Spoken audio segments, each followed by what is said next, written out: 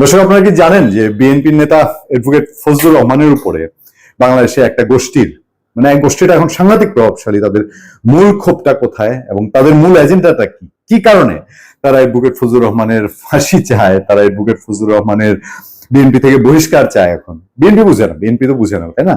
বিএনপিরে ওই তাদের নানান লেবাসের নানান ঢঙ্গের লোকজনকে তাদেরকে বুঝিয়ে দিতে হচ্ছে যে আপনারা অ্যাডভোকেট ফজলুর রহমানকে আপনারা বহিষ্কার করেন। এবং এর মধ্যে কিছু কিছু বিএনপি আছে, বিএনপি নাই বলবো না, এই বিএনপি হচ্ছে হাইব্রিড বিএনপি এবং সাংঘাতিক সুবিধাবাদী বিএনপি। এবং শুধু হাইব্রিড বিএনপি না, ধরেন যে গত 24শে জুন জুলাই আগস্ট মাসেও যারা একেবারে জয় বাংলা, বঙ্গবন্ধু, শেখ মুজিবুর রহমান, শেখ হাসিনা, আওয়ামী লীগের এরকম স্তুতি গাইতে গাইতে সাংঘাতিক পাগল ছিল, কোন রকম ধরেন জুলাই আন্দোলনে তারা মাথার মধ্যে খালি পেঁচায় প্রোফাইলটা লাল করে এখন জুলাই যোদ্ধা সিলমারা আর কি, মানে 90 যারা জুলাই আগস্টে সব ছিল আওয়ামী লীগের সাপোর্টার, পরে আটকারাতে তারা হয়ে গেছে জুলাই যোদ্ধা। এরকম একটা গ্রুপ যারা জুলাই চেতনার ব্যবসা করে, অভিযোগ আছে, যারা হচ্ছে এই জুলাই চেতনার নামে সারা দেশময় একটা নৈরাজ্যের হাতিয়ার হয়ে উঠছে অনেকের।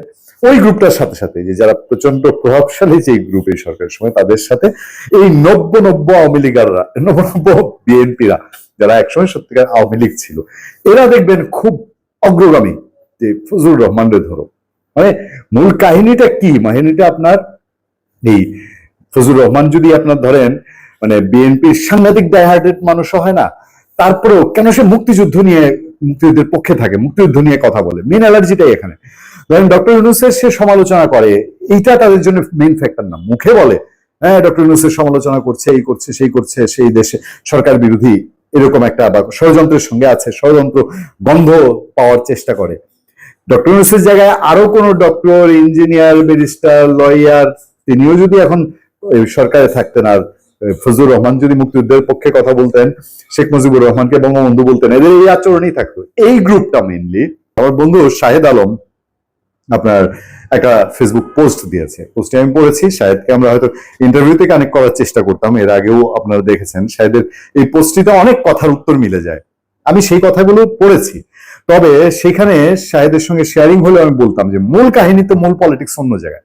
সেই পলিটিক্সটাই আপনাদেরকে জানাতে, কেন অ্যাডভোকেট ফজলুর রহমান বা রুমিন ফারহানাকে এখন ডুবাতে হবে, সেটা বিএনপিকে ডুবানোর একটা পার্ট আছে। এখন বর্তমান বাংলাদেশের যে পলিটিক্স, সেই পলিটিক্সে অনেকেই তো এটা মনে করেন যে আওয়ামী লীগ এই ইলেকশনে আসতে পারছে না, বিএনপি ইলেকশন করবে।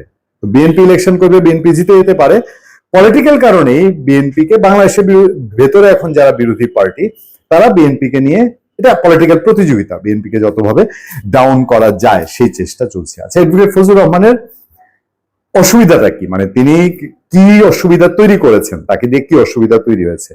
বাংলাদেশে খুব ইন্টারেস্টিংলি আপনি মুক্তিযুদ্ধের বিরোধিতাকারী, মানে ভেতরে ভেতরে অন্তরে মুক্তিযুদ্ধের বিরোধিতাকারী আপনি প্রকাশ্যে বলতে পারবেন না। এটা আজকে এত ক্ষমতা নিয়েও মুক্তিযুদ্ধের বিরোধীরা যেরকম বলতে পারছে না, ভবিষ্যতে এটা বাংলাদেশে বলতে পারবে না।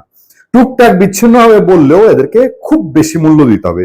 শেখ হাসিনা তার শাসনে যেরকম মূল্য দিয়েছেন, তার চেয়ে বহুগুণ মূল্য দিতে হবে যদি বাংলাদেশের এই স্বাধীনতা, সার্বভৌমত্ব, মুক্তিযুদ্ধ সরাসরি মৌখিকভাবে অস্বীকার করে, যদি ইনায়া বিনায়া ঘুরায় ফিরে, এভাবে ঘুরিয়ে ফিরিয়ে খাওয়ার চেষ্টা করে মুক্তিযুদ্ধ বিরোধিতাকে, এবং আপনাদেরকেও খাওয়ানোর চেষ্টা করে।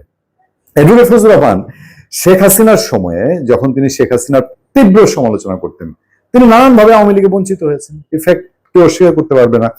তিনি নানানভাবে আওয়ামী লীগের সময় হেনস্থার শিকার হয়েছেন, সেটাও কেউ অস্বীকার করতে পারবে না। এবং তখন তিনি যখন কেবল শেখ হাসিনার সমালোচনা করেন, তখন তিনি খুব ভালো, তিনি আমাদের লোক, সাধু মানুষ। কত বছর দেখেছেন? 17 বছর দেখেছেন। 17 বছর সাধু মানুষ ছিল, এখন এসে অসাধু হয়ে গেছেন। অসাধু কেন হয়ে গেছেন? কারণ তিনি শেখ হাসিনার সমালোচনা করেন, আবার রাজাকারের সমালোচনা করেন, রাজাকাররা বেশি বার বাড়ছে এটা দেখে তিনি সমালোচনা করেন, তিনি মুক্তিযুদ্ধের পক্ষে কথা বলেন। মূল সমস্যাটাই এখানে যে উনি কেন মুক্তিযুদ্ধের পক্ষে কথা বলেন। আরো একটি কথা, তিনি সবসময় বঙ্গবন্ধু বলেন, তিনি সবসময় শেখ মুজিবুর রহমানকে শ্রদ্ধা করে কথা বলেন, তিনি কখনো তাদেরকে খারাপ করে বলেন না। এখন মুরুদ আছে দেখে আপনার বেগম খালেদা জিয়ার কথা বাদ দিলাম, তারেক রহমান ওই লেভেল পর্যন্তই যারা সমালোচনা করে তাদের তুলনা করার কিছু নাই। বিএনপি স্থায়ী কমিটির সদস্য বলেন, একদম মহাসচিব মির্জা ফখরুল ইসলাম আলমগীর থেকে শুরু করে এক নিঃশ্বাসে যাদের নাম আসবে, আপনি ইকবাল হাসান মাহমুদ টুকু বলেন, আমির খুসরু মাহমুদ চৌধুরী বলেন, নজরুল ইসলাম খান বলেন, ডক্টর মঈন খান বলেন, যারাই এখন পর্যন্ত আছেন, বা বাবু গয়েশ্বর চন্দ্র রায় বলেন, এই গত 2, 4, 5, 10 বছরে কতবার বঙ্গবন্ধু শেখ মুজিবুর রহমানের নামে তারা কুৎসা গেয়েছেন, তারা বলেছেন যে এই লোকটা খুব খারাপ, খুব কালপিট।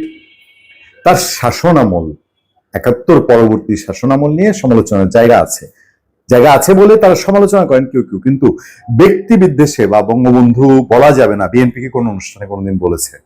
বিএনপি তো বলেছে, বিএনপি দায়িত্বশীল নেতারা, যে জয় বাংলা আওয়ামী লীগের একার সম্পত্তি না, মানে কি জয় বাংলা আমাদের সবার সম্পত্তি।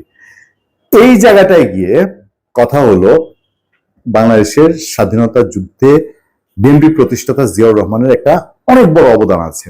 এবং সেই সময়ে দেখেন, আপনি যদি তর্কের খাতিরে অনেক কিছু বাদ দেন ইতিহাসে, তাও সেই সময় যুদ্ধের লগ্নে একজন মেজর তিনি স্বাধীনতার ঘোষণা দিচ্ছেন। আপনি যদি আওয়ামী লীগের হয়ে বলেন যে on behalf of Bangabandhu Sheikh Mujibur Rahman, সেটাও যদি আপনি বলেন, তারপরে এটা কত বড় হিম্মত, কত বড় সাহস, কত বড় ঘটনা।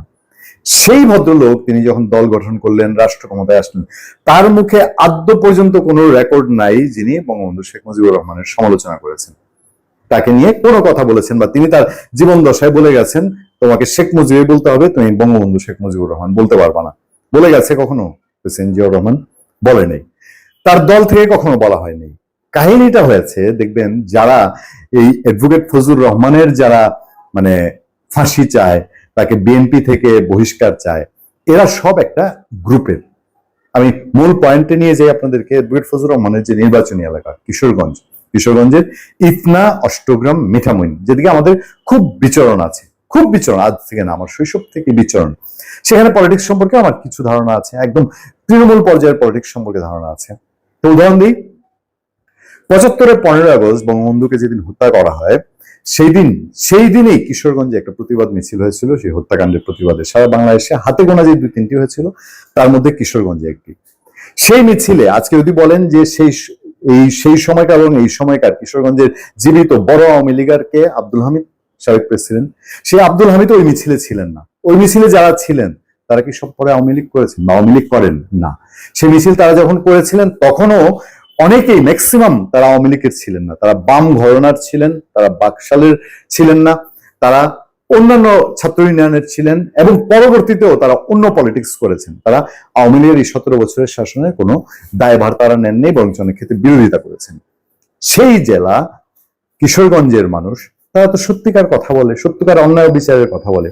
অ্যাডভোকেট ফজলুর রহমান যে নির্বাচনী আসন থেকে নির্বাচন করতে চান, সে আসনে এর আগেও তিনি প্রায় জয়ের কাছাকাছি গিয়ে ইলেকশন ইঞ্জিনিয়ারিং এর মধ্যে পড়ে তিনি ছিটকে পড়েছিলেন।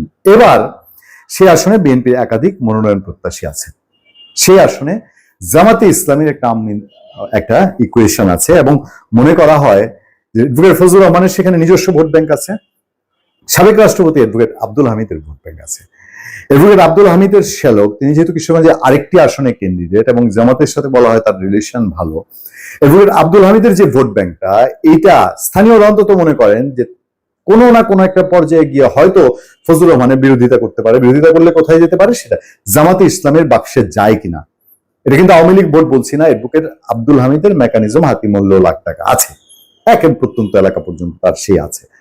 অ্যাডভোকেট ফজলুর রহমানের পরিবর্তে বা অ্যাডভোকেট ফজলুর রহমান আজকে যদি বহিষ্কৃত হয়, সেই আসনে আরো দুজনের নাম শোনা যায়। দুজনই মোটামুটি এই প্রজন্মের রাজনীতিবিদ, তাদেরকে নিয়ে ব্যক্তিগত হেয় করে বলছি না, কিন্তু ওই আসনে অনেকেই মনে করেন যে শুধু বিএনপি না, বিএনপির বাইরে অ্যাডভোকেট ফজলুর রহমানের একটা বিশাল ভোট ব্যাংক আছে। সেই ভোট ব্যাংকে যদি এখন ভাগ বসানো যায় যে ফজলুর রহমান শুধু তার ভোট ব্যাংক নিয়ে থাকবে, বিএনপির ভোট যেন ফজলুর রহমানের ঝুড়িতে না পড়ে, তাহলে ফজলুর রহমানকে বিএনপির নমিনেশন দেওয়া যাবে না। নমিনেশন না দিতে হলে এখন তিনি কেন বঙ্গবন্ধু বলেন, তিনি কেন স্বাধীনতার কথা বলেন, এই বলে ফজলুর রহমানকে বিএনপি থেকে আগে কাট করাইতে হবে। একটা দুইটা আসন করেই তো বাড়ে। রুমিন ফারহানাকে নিয়ে এখন সেই খেলা অনেকটা হচ্ছে। রুমিন ফারহানা আওয়ামী লীগ থাকলে তার জন্য খুব টাফ, সো টাফ ওই আসনগুলো, কারণ তখন খেলাধুলা ভিন্ন রকম। কিন্তু এখন বিএনপি যদি রুমিন ফারহানকে নমিনেশন দেয়, তাহলে রুমিন ফারহানার বাইরে ব্রাহ্মণবাড়িয়ার 2 আসনে আর কেউ প্রতিদ্বন্দ্বিতায় টিকবে, এটা খুব খুব কঠিন। খুব অ্যাডভোকেট ফজলুর রহমান ও রুমিন ফারহানাকে নিয়ে গুরুত্বপূর্ণ তথ্য দিল আতিক রহমান পূর্ণিয়া। এখনই তো বলা হয় যে তাদের এই যে চাঁদাবাজি, রংবাজি, মাস্তানি, দখলদারির কারণে আগস্টের 5 তারিখে যে পরিমাণ তারা আসন পেত, সেপ্টেম্বরে যে পরিমাণ আসন পেত, সেটা একদম ঝড়ের বেগে কমছে। এখন এরকম করে করে আরো 2-4 জনকে বিএনপি যদি দেখিয়ে দেওয়া হয় যে ভাই আপনি দেখছেন না, দেখেন এই লোক কিন্তু আপনার না, এই লোক আওয়ামী লীগের, অ্যাডভোকেট ফজলুর রহমান কি একা আওয়ামী লীগকে ফেরত আনবে বাংলাদেশে, নাকি এর সঙ্গে আরো ন্যাশনাল ইন্টারন্যাশনাল অনেক খেলা আছে? যদি ওই যারা এইসব বলছে তাদের কথা যদি ঠিক হয়, ফ্যাক্ট আসলে এখানে না, ফ্যাক্ট হচ্ছে যে কোনো ভাবেই হোক এই সময়কার এই মুক্তিযুদ্ধ এবং এই বঙ্গবন্ধু শেখ মুজিবুর রহমান, ধানমন্ডি 32 এগুলা নিয়ে যারা বলবে যেগুলো আপনারা অন্যায় করছেন, দেখেন এক সময়ের হিসাব দিতে হবে। ফজলুর রহমান তো শেখ হাসিনাকে বলেছে শেখ হাসিনা যা করছে সেটার জন্য তাকে মূল্য দিতে হবে, শেখ হাসিনা শুনেনি। এখন আবার বিএনপিকে একই ফাঁদে ক্ষমতায় যাওয়ার আগে কেউ ফেলতে চাচ্ছে কিনা, এবং ফেলার জন্য তার যে স্পোক্সম্যান গুলা অন্যায়কে অন্যায় বলে সেটা বন্ধ করে ফেলতে হবে। এবং বিএনপিতে সব সময় দুইটা ধারা, শক্তিশালী ধারা, একটা হচ্ছে প্রো মুক্তিযুদ্ধ, প্রো লিবারেশন এবং এন্টি লিবারেশন আছেই। জিয়াউর রহমান সবাইকে নিয়ে সেই দল করেছে, এটা আছে। এক সময় প্রো লিবারেশন শক্তিশালী হয়, এক সময় এন্টি লিবারেশন শক্তিশালী হয়, এন্টি লিবারেশন অনেক বেশি শক্তিশালী থাকে বলে অনেকে মনে করেন। সেই জায়গা থেকে যদি বিএনপিকে এখন, বিএনপিতে মুক্তিযোদ্ধা নাই, মুক্তিযোদ্ধারা প্রচন্ড কোণঠাসা, মুক্তিযোদ্ধাদেরকে আর এই দলে জায়গা দেওয়ার কোনো প্রয়োজন নাই, এরকম একটা আবহ তৈরি করা হয়, তাহলে ভবিষ্যতে বিএনপির ঘাড় মটকাতে আরো বেশি সুবিধা হয়তো। ভালো থাকবেন, সুস্থ থাকবেন। আপনাদের সাথে আমি আতিক রহমান পূর্ণিয়া।